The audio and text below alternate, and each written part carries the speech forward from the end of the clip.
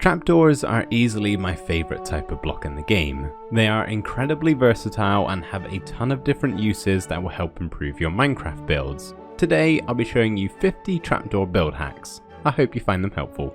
Quick side note, these can apply for every type of trapdoor, though you'll mostly be seeing spruce as, let's be honest, they are the best and I use them the most. You can use trapdoors as railings on the side of a walkway or a bridge to keep you from falling off. Same goes with a staircase, they make a great banister too. If you got the right type of build for it, they could work as a funky looking staircase itself. A couple of obvious but classic ones here, they make great tables, chairs and even desks. Not forgetting you can slap some against the wall, pop something on top of it and you've got yourself a shelf. Piping is a great functional and aesthetic use for trapdoors. This works especially well with acacia I find. Surrounding a campfire with them makes for a lovely chimney topper, and of course, one of my most used build hacks in this whole list, shutters. Trapdoors are perfect for this. You can even use them just to cover up a window altogether, which could resemble a closed shutter or a boarded up window. Of course, you can use trapdoors as actual windows themselves if you pick one that has some holes in it. And if you've got something a bit bigger, you can place trapdoors and stairs around glass to create this lovely circular shape. It's a bit strange making something this round in Minecraft. Feels like it shouldn't be possible, but it does look super good. You may have noticed we had some extra wide trapdoors then. Very simply, that is just two trapdoors placed next to each other. I love doing this as it's a good way to get something that's thicker than a single trapdoor but thinner than a slab, and if you do it on the side like this, you've pretty much got yourself a vertical slab in vanilla Minecraft, or at least as close as you're gonna get. In the same fashion as how you make these circular windows, you can do the same for doorways too, to create archways. And by placing 7 trapdoors surrounding a normal doorway, you can give the illusion of a larger door. This works especially well for castles. Placing them a little something like this can look as though you've got a door that's already opened up. And lastly, for the door tricks, they do make a pretty nice 1x1 door if you're building a bit of a smaller house. They are just slightly more tricky to use. Surrounding dirt with trapdoors can make for a nice flower bed, or even the base of a large potted plant that you might have in a garden somewhere, along with a swing. They can also be used to make awnings, big or small, and not forgetting they're just a pretty solid block to use as a ceiling entirely, especially when paired with slabs or logs to look like beams. And if you're going to use them above you, you may as well use them below you too as a floor. Heck, even as walls too. This is perfect if you want to have thinner walls that still look set from the outside. You can also use this same technique inside a build to make a room divider, which nicely breaks up an open space without making a whole other room entirely. At this point, it's probably good to give you a very brief lesson on how to place down trapdoors. This may all be pretty obvious to some of you, so if you feel like it's not needed, feel free to skip like a minute or so into the video. But if you've never really messed around with trapdoors, they can be a little bit annoying to use, especially when you don't really know what you're doing wrong. So they all occupy different parts of a full block. If you place a trapdoor inside of a block, you can't place anything else there. So you can see these two are placed at the bottom of a block and the top of a block. So if you wanted to place something on top of it, you'd have to place it on top of the one that isn't occupying the block the item you're placing down is going to go inside of. Same goes for placing them on the side. So you can see we got 2 tables here. If you wanted to place something next to the table, you wouldn't be able to on this one, but you could on this one because the trapdoor legs here of the table are in different block spaces. These 2 in the center, these 2 on the side.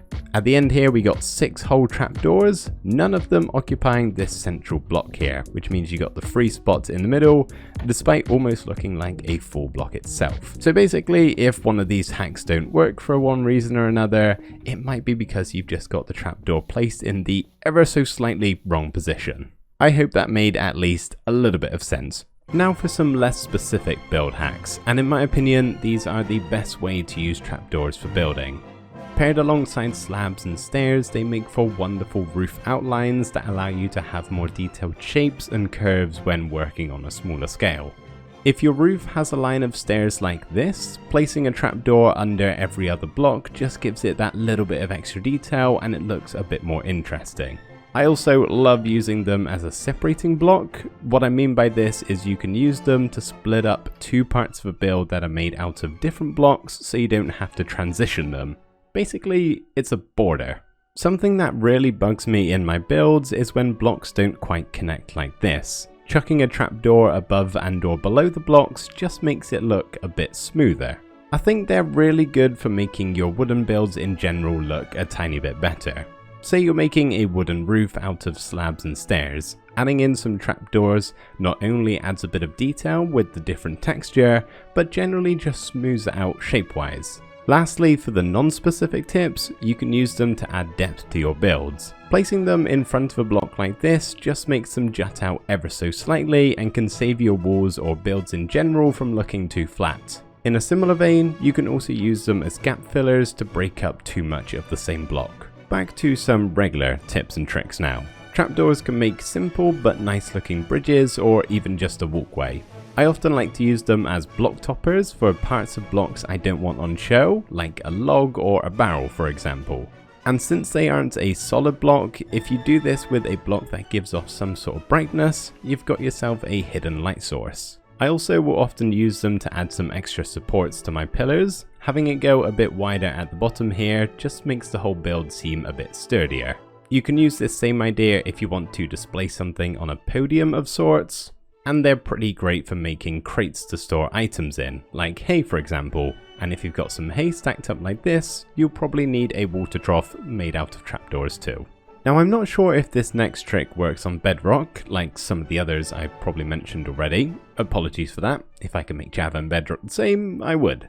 But on Java, you can place ladders onto trapdoors, which allow you to create 3D standing ladders of sorts. If the ladders are too slow to get around, then you can also use trapdoors to surround water columns or water drops. This could be taking you to your bedroom, where you have a wardrobe made almost entirely out of trapdoors, and a bed that very simply has a trapdoor at the head or foot of it that just makes the bed in Minecraft look that tiny bit better.